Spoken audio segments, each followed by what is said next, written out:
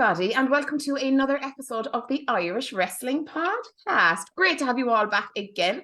'Tis myself, the one and only sensational Queen Lizzie, at your service, and 'tis himself, Booker G, 5 times. And we are delighted, humbled, honoured, and thrilled to bring this guest to the Irish Wrestling Podcast. Why?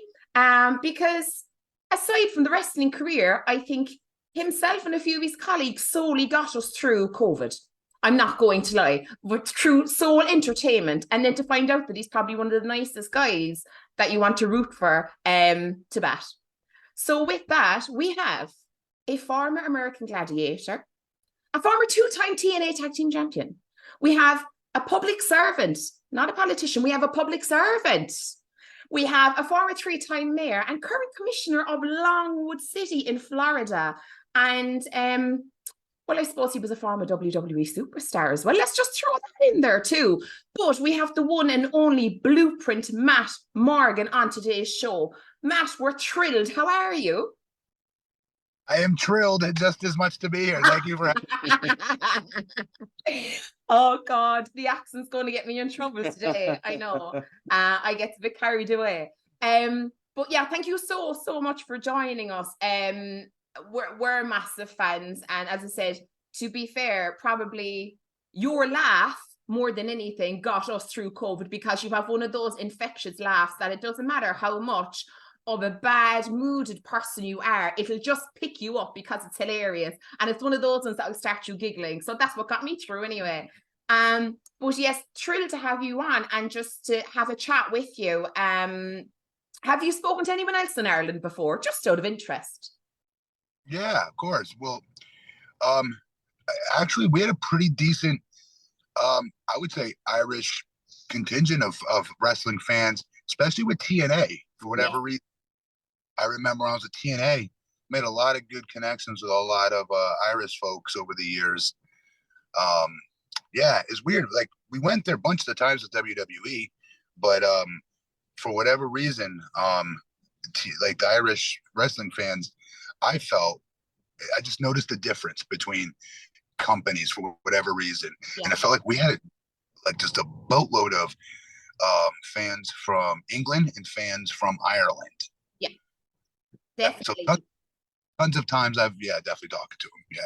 Yeah, but it's huge over here. And I mean, we're all fans of, the big machines that come through and the huge productions and like, the big guns, but we have such a vested interest in everything outside of it as well, be it indie wrestling, because now granted we are biased, but we have some phenomenal indie stars in Ireland and across Europe as well.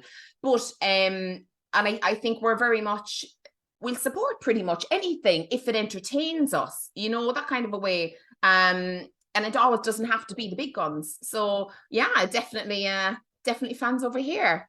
Yeah. Speaking of fans, Jerry has a couple of questions for you. I let you take it away, dear. Yeah. Again, Matt, thanks for your time. I know you're very busy. How are you doing? I know you had back surgery recently. Are you fully recovered from it, or how are things? Thanks for asking, brother. And thanks for the well wishes. To first of all, and while I have people here, all the fans on Twitter and friends, thank you for all the well wishes, you guys. That sounds like a cornball, but I do believe in the power of prayer. Right, as corny as that sounds. And I do think it helped me and my family to get through it. So it's my first surgery, believe it or not, from wrestling. Really? So worst case scenario with wrestling, I had like a knee scope once, and it was from Tough Enough, ironically. So I technically hadn't started my wrestling career yet, so I don't include that. But other than that, I've been very fortunate. I've torn pectoral muscles, but I didn't need surgery. I just needed rehab. So like with my back surgery, I was really nervous because I watched Hulk when he was with TNA. I think he was going through his 7th back surgery at the time. And the poor guy would have to take a golf cart from like the one of the sound stages to the soundstage that our show was taking place at Universal Studios, because he was in so much frigging pain. And I remember asking him, I'm like, is there ever such thing as a successful back surgery? And he's like, I'll let you know when it happens, brother, because this is my 7th one, and none of them have ever worked for him. At least that's what he shared with me back then. I know he's had a couple since then that might have worked out, but so I was nervous and my own and going, geez, like I've never heard anybody say, hey, how about that back surgery afterwards? You know, so long story short, it went well, much better than I expected. Basically, my nerve was riding up on my spine, and I was supposed to get the surgery back in 2010, but it was one of those things of how much pain could I put up with? And I retired in 2014. Being slammed on my back for a living anymore, my back started to get much, much better. And I didn't think I needed any surgery. So longer story short, I have so many different roles now where I'm stuck in a seated position like this, like in my truck or at the office or whatever have you, where I think eventually my back was just like, dude, you need to get up and walk around or something. And the nerve just kept riding on my spine. So I had to get the surgery. And it went very, very well. I don't have all the feeling back in my left foot yet, but I will be. I was told I'll get that back as soon as I start my physical rehab on my foot, which should be any week now. Wow. That must be, what's the... Oh, sorry, but my back, amazing. No pain, nothing. It went really, really well. Very, very lucky. Are you fully recovered from it, or is there a long process? Great question. I just have to wait for the stupid wound. It's taking its sweet time healing. And because they don't want to risk infections and things like that, I mean, I just put a little Band-Aid over it now because it's gotten so small. Okay. But I've got about another week left, they said, before the wound will be completely closed. Then I can finally start lifting and doing all the normal stuff that I've been going crazy not being able to. Yeah, I can imagine. Like, God, you're missing out on the gym a lot now. Your routine is all over the place. So I have to watch my wife every night, like going, okay, I'll see you later. I'm going to the gym, and it's me and Jackson here home, right, while she's away. Feeling on the planet because we lift out together. We're partners. Yeah. We've done that for years, and so it's very weird not being able to go to the gym with her. And you both competed. I know you competed in the NPC last year. Was it last year or the year before? So how did you get through that with the back pain? Great question. So it wasn't that bad then. It wasn't. It was, and just kept getting worse over the course of like this 3-week window before I actually went in for the surgery. And I met with like 5 neurosurgeons and spinal surgeons just to get really do my research on it and see which was the best of the best that can take me in. But then it became like, you need an emergency back surgery. Like, we can't put this off anymore. You have to come in now, because they were worried about me losing feeling in my left foot altogether and not having a chance to get it back potentially. So the quicker I get it done, the better is the way it was explained. But the pain itself just came out of like nowhere. It just did. It just started getting really pronounced after each progressing day. I was playing basketball. This is what really set it off. I went to go dunk the ball. I dunked it. I landed on the ground on my feet like you normally would. No big deal. But it was a big deal because the bolt went up, lightning went up my spine and down my left leg at the same time. It felt like freaking weird, and I didn't really think. Like, I kind of ignored it and then kept playing. But then the back pain just got worse and worse. And so I had to stop playing. And then the next morning it was brutal, and it just crescendoed from there and got worse each day until I got the surgery. My God. Speaking of competing, sorry, can I just give a shout out, please, to Larissa? Because ye both looked phenomenal, right? But I'm sorry. I have never seen anything like it in my life. I mean, she's stunning, right? Stunning without a thing done to her, right? Stunning. But when I saw the transformation for the competition, my mind was blown. Like, amazing, unbelievable. The work you both put in. When she just I was like, Jesus Christ, is that what she's packing? I couldn't believe it. Sensational. So a massive shout out to her. For saying that. She's very shy. Why? She's unbelievable. I know. Tell me about it. I've met her at my first day on college campus. I've been having this conversation with her ever since, that she has no reason to be shy. But she just is by nature. So when people give compliments like that and things like that, it means a lot to her. So that was really sweet. Thank you. Yeah, no bother. But like, just putting that, leading on to that, like, because we've been watching you like with the Wrestling Link and seeing your life basically on Facebook or on Twitter, like when you post all the videos, like it feels like we kind of know your family, even though we've never met. Like, it feels like we know. And even getting to watch, Jason, you know, watching his progression has been phenomenal. It's been so heartwarming for us to watch his progression. And how is he doing? I know you put a video up there last week of him counting up to 20 with the basketball. That was amazing. Amazing. Absolutely nuts. And Larissa, I'll give you guys a little spoiler here. Larissa, when she was filming that, she wasn't like, we don't tell Jackson. If he knows we're filming him, he'll get confused and he'll look at the poor kid will just start saying cheese, cheese, cheese, cheese, thinking we're taking a still photo of him. So we have to like hide where we put the camera because we share all these videos with his therapists so they can see it's worked on at home and his progress. But there's so many people in this world that have children with autism that now it's one of those things where you need that light at the end of the tunnel sometimes as a parent. Yeah. You know, it can go both ways. I've also seen it where other parents are like, oh, darn, how come my kid's not at that level yet? Yeah. And that's, you don't want to make anybody feel that way. Because I know I've, you know, felt that way in the past. But it's a double-edged sword because I do feel you should share that type of stuff if you have a big following of autism parents, which I do. Yes. Share those stories of his accomplishments are massive, and you'll get tons of messages about it. And it's kind of funny how we all congregate with one another, and you know, best practices, new techniques, different therapies, things like that. So the autism community is an absolute monster. It's huge, and more kids are just going to continue to be diagnosed with it.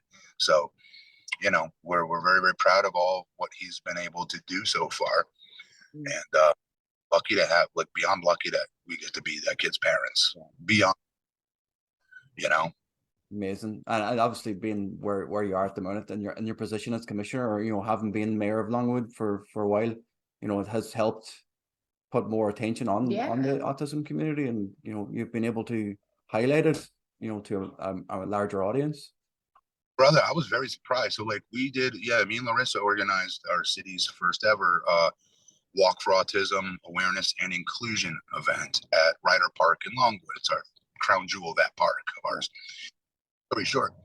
As we're getting it all set up and I'm getting the sponsors for it and everything, I realized, holy crud, this is the first one in our whole county. Forget just our city. This is the first like Walk for Autism event we've ever had in Seminole County, I found out. And I was just blown away by that. So as much as I think we've all as society we've become a much more inclusionary driven country. Still things like that just, I was shocked, mind boggled that there's never been an actual Walk for Autism Awareness and Inclusion that previous in our county. So we're both incredibly proud, and we were nervous going into that though. So nervous. It's like having a birthday party. Like, what happens if nobody comes? Yeah. You know what I mean? Oh. And do you think is it going to lead to the county actually having more? Hell yeah. Yeah. But the event wasn't just to say, hey, you know, everybody come together and say, yay. It was for us to specific vendor booths there of autism providers. So like all the different therapies, from occupational therapy, sensory integration therapy, you name it, therapy. We had it there in the form of different vendor booths and companies that work with our kiddos in that space. And there's so many services out there that many parents don't know that are out available, because there is that many of them out there. Try to find as many Central Florida as we could, and we found tons. Like, for instance, we found this amazing hairdresser that specifically cuts hair for autistic kids, and she'll come to your house, and you can go to where her shop is, and it's all set up for an autistic kid. Their haircut there in the environment that is going to be best for them, so they don't have a hard time getting their haircut if it's something that kid, like my son, is not a fan of it. He's not a fan of hair. We gotta, as it is, mommy is generally the one who will do her job the best she can to try to trim around. You know, doing something, we gotta do it on the go with it, seriously. And But so services like that you didn't know necessarily. So what was cool was to see other autistic families get linked up with those services, and afterwards, the crud, Matt, we didn't know that we had one of the best speech therapists here in Central Florida, right here in Longwood. I didn't know that, like that kind of thing. Yeah, that's the best feeling on the planet. Because we're parents that are constantly finding new services as well by somebody sharing that with us. Let's say that's amazing. Phenomenal. Yeah, it's amazing that you're able to just have your public figure, like, you know, you're able to show it off to everybody and let everybody know that the services are actually there. Yeah, amazing, unbelievable. I know you've spoken in the past about when Jackson was born, that was the reason you retired. You didn't want to be traveling anymore. You had enough. So fast forward a small bit from 2014. How did you go from retired wrestler to wrestling podcaster with Wrestling Inc? How did you end up working with Raj and Glenn and everybody on the Wrestling Inc? I've always been pretty tight with Raj. Raj would always check in on me every once in a while and just get opinions on, like, oh my God, did you see this crap tonight? This was horrible. What'd you think, Matt? Like that kind of back and forth we used to have. And just one day he's like, hey, would like to have you on as a guest host. Is this something you have time to do? Do you want to do it? Can you do it? At first I couldn't do it. Yeah. And then work with my schedule. And then I really liked doing it. I enjoyed it a lot, actually. And especially once we got settled in, it was me, Raj, and Glenn. Yeah. And then was Justin as well. Once we got that settled in together, I really enjoyed it. It feels like I was hanging out with my friends and just shooting the breeze together, you know? And I just always enjoyed it. It just, unfortunately, I couldn't do it anymore because I was getting to a point where I had more responsibilities added on. I had gotten reelected. This was back in 2020. I got reelected, and was about to start a new job. And so now, and then me and Larissa were getting ready for a bodybuilding show on top of it. So that's a lot of commitment. Yeah. And so long as we're getting to the point where I told Raj I can do the show, but I'm not going to be able to watch those shows in time. I can't do that. You can't. I don't know how to do. I have to assume they don't see everything, and they probably just lie and say they do sometimes. There's so much on. Yeah, there's so much to watch as well now. It's just, God, you could go 24/7 and still miss so many things. Can't do that, right? I'm like, me and Roger both like, we can't do that to the fans. We're good fans, and you can't just phone it in and pretend you watch it, parts of it, and you're just phoning it in, and that's not fun. No, and they know, you know, they're fans too, so they know. Yeah, they do. And so that sucked, but you know, unfortunately, I had no choice, you know, to stop doing it because of my ridiculous schedule. I'm telling you, like, I'm in the truck now, not to be funny. I thought you probably think I'm in my truck to be funny because I used to do it all the time on wrestling. That's why I'm doing it now. But mainly is because my family I'm literally waiting for Larissa and Jackson to get out here, and we have to go to an event here in Longwood. Yeah. Constantly go. So do you get a chance to watch anything at the minute, any wrestling? Are you like everybody else? I mean, so I'm not watching it from, you know, bell to bell. Let's or smack. I do watch it that way with AEW for the most part. Yeah. I do the bigger storylines, obviously Bloodline, the ounce of that, every minute of that, every second of that, because it's awesome. Yeah. Sami Zayn storyline with that earlier. I watched every single second of that. Obviously, LA Knight. I don't know what the hell they're waiting on with him. I just want to put this out there because back when I started, Vince would say, "You go out there and you get over, you force our hand, right? We can't do anything. Fans will have spoken. Go out, get over, go, you know, reach for that brass ring." Story, that speech. Very changed because I remember watching Zack Ryder do exactly just that, and they still refused to work and do what they could have done a lot more with him at the time. Zack Ryder, if you remember back in the day, they're doing it now times 5 with LA Knight. That guy is so flipping over. Yeah. a crap. People like, oh, yeah, he's imitating The Rock. He's imitating Stone Cold. He's doing this. Dude, I remember when I saw him at TNA. I went back to TNA, came out of retirement to wrestle a couple of matches so my son could see it. Instead of watching it on YouTube, right? And I wanted to say my son watched it, right? Live. And have pictures of it and things like that I'll always cherish. My son and my wife sitting there, watching me wrestle. And I'll never forget it. At the time, Eli Drake. And I remember I took his number. I remember I kept texting. I'm like, no disrespect. I love TNA. You should not be here. You WWE. You need to be cutting promos because his promo. I just was blown away by his promos. He was doing the dummy promos back at TNA. If you remember. And I was just blown away by it.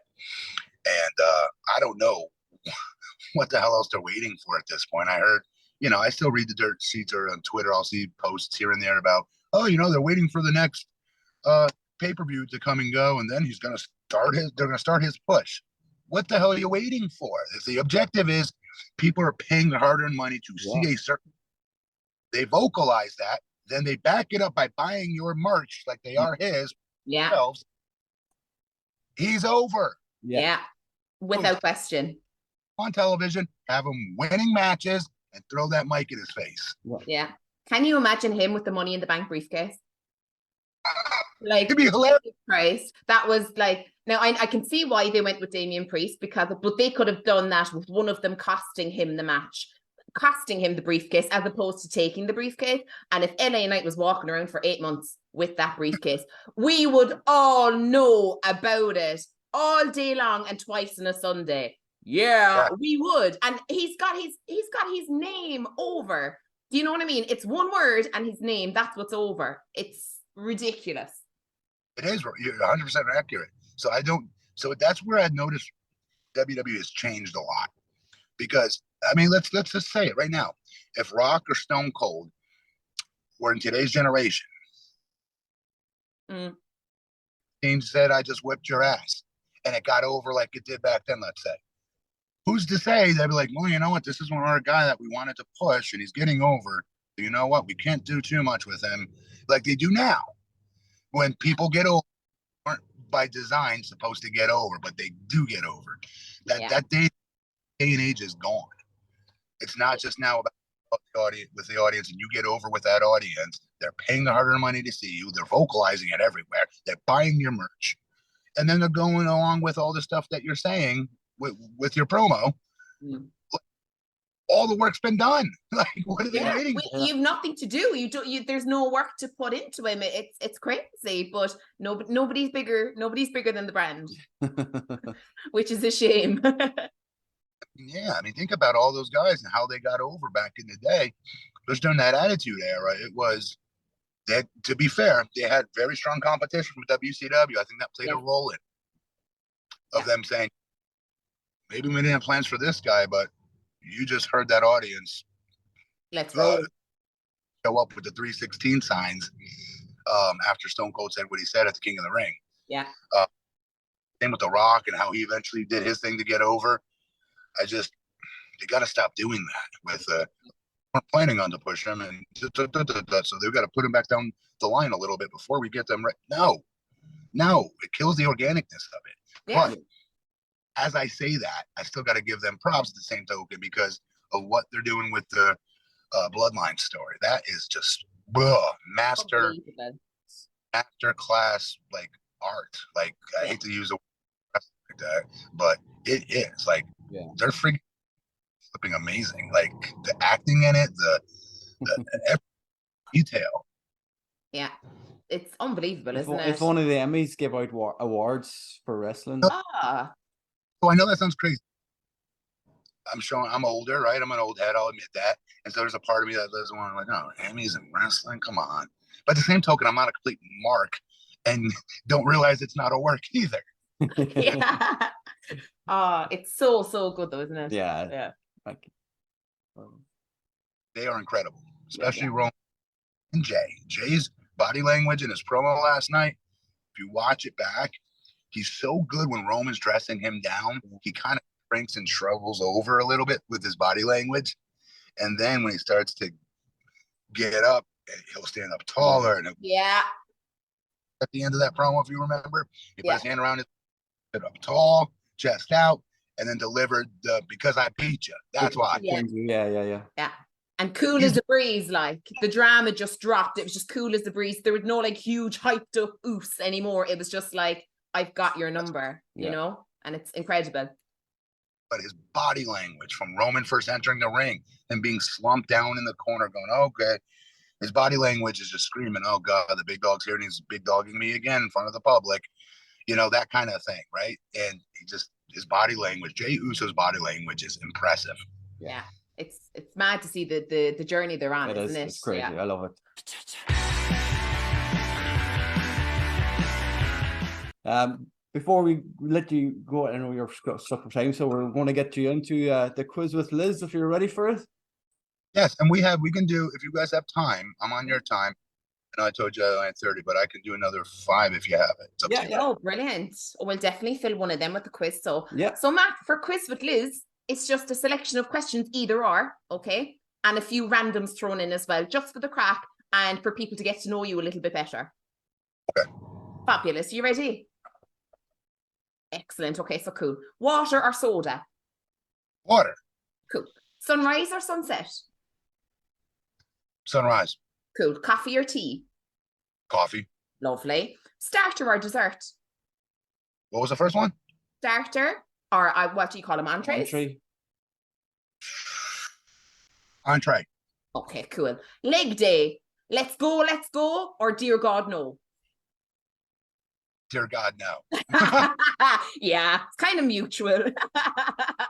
Squats or deadlifts? Squats. Lovely. You've probably already answered this question, really, but LA Knight, the next big thing? It's a present big thing. Wake up, WWE. Let's go. Come on. 100%. Would you rather have more money or more time? Time, yeah, definitely. Gardening. Are you mowing the grass or sat on your ass? Mow the grass. Brilliant. If your life was a story, what would it be called?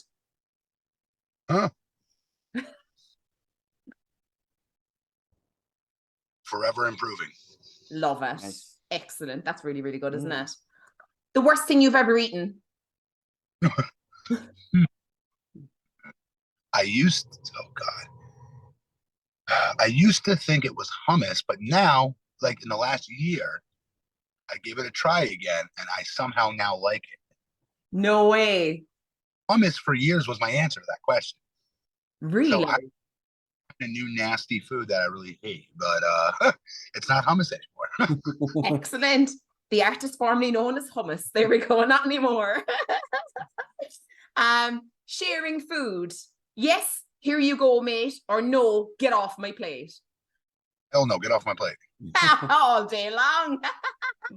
Favorite wrestler of all time? Definitely was Hulk Hogan.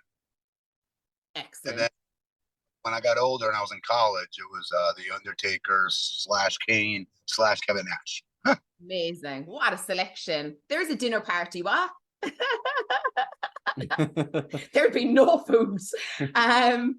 Would you rather talk like Yoda or breathe like Darth Vader for the rest of your life? One. Oh, man.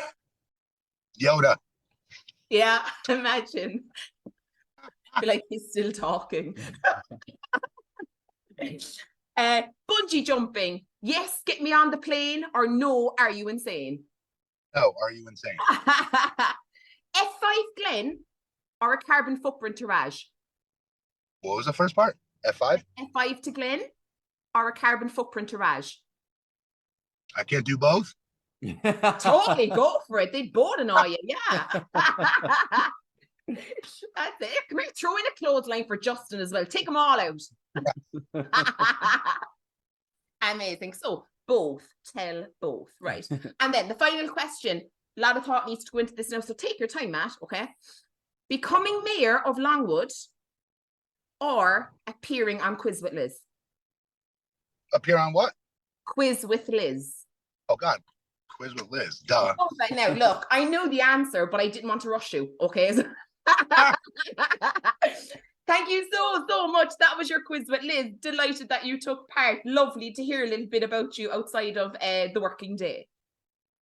Thank you, guys. Do it again anytime. No. Yeah, absolutely. On a serious note, you guys are. You probably remember me saying this. Hopefully, you do. When me, Raj, and Glenn were still doing the Wrestling Inc. podcast together, and it was during COVID. Is when I started to like.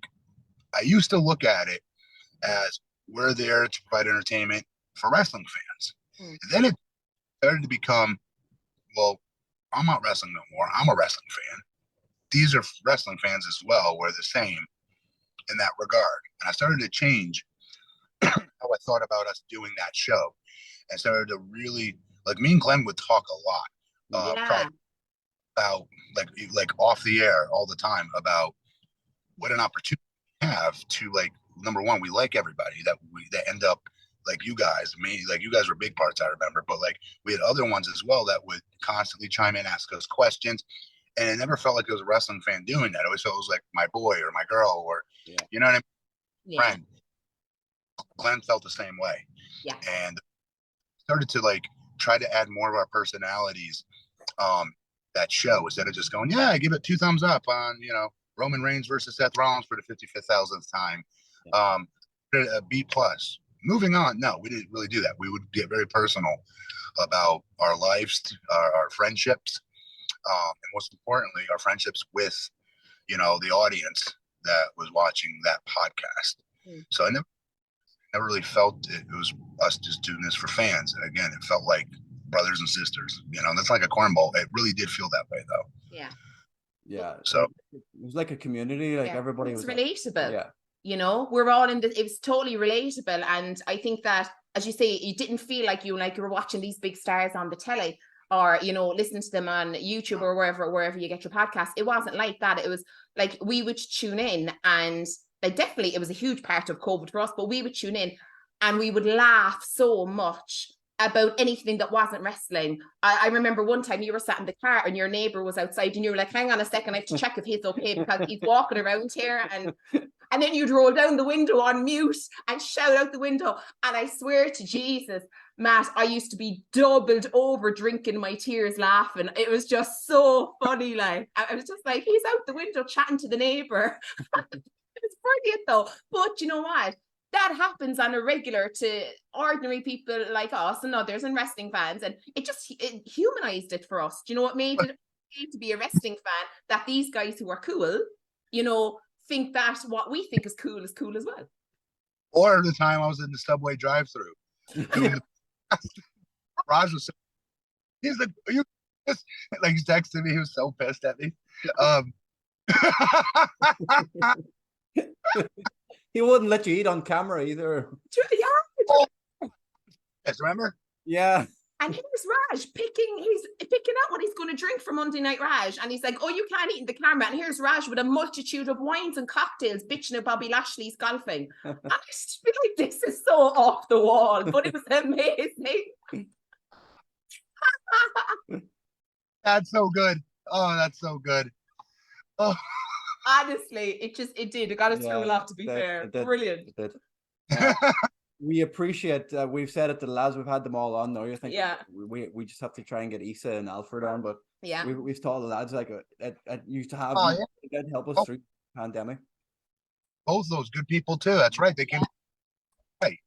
Oh, we're working our way through the hit list now. Just another 2 and we're good. Please tell Diane Alfred I said hi, please. Of course, absolutely. Matt, as you know, like we said, we weren't going to keep you any longer, so we really appreciate your time. You're a very busy man. Is there anything you've got coming up that or anything you need to tell anybody about? Or?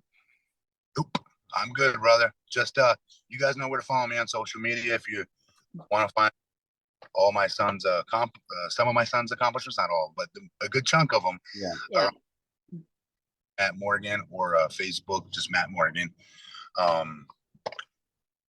Like I always felt like I've lived like multiple lives. I know that sounds crazy, but like I do. I feel like I've lived like 5 lives. So that might sound. And that one, my biggest bucket of oil, my biggest life, if you will, is being my little boy Jackson's dad.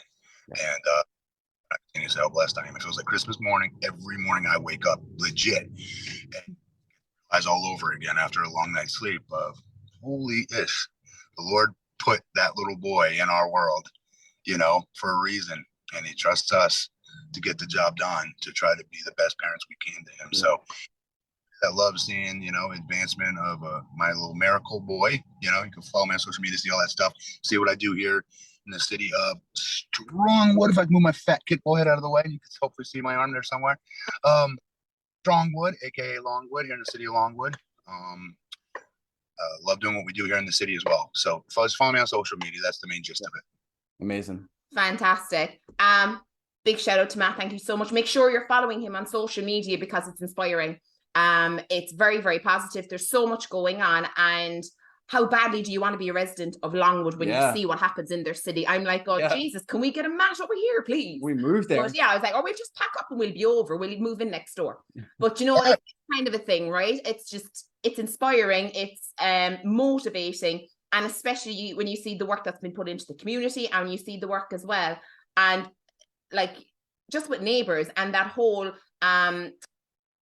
family feeling, that's what's there. And definitely tune in to see how Jackson gets on because he's an absolute superstar. And if anything, he's inspiring. He's unbelievable. So you know where to find Matt. It's true. You know where to find Matt on social media. So please do make sure and look him up. And of course, while you're there, come and look us up. If you are not following us already on YouTube, what are you doing? Get on it. We are at Irish Wrestling 8. And of course, on all of social media, Instagram, Facebook, and of course, Twitter. Not to forget the millions of views that we have on TikTok as well. Make sure and catch us there. But for now, huge shout out to Matt. And from myself, being Sensational Queen Lizzie, himself being Booker G 5 times, we will catch you all in the next episode. So bye for now.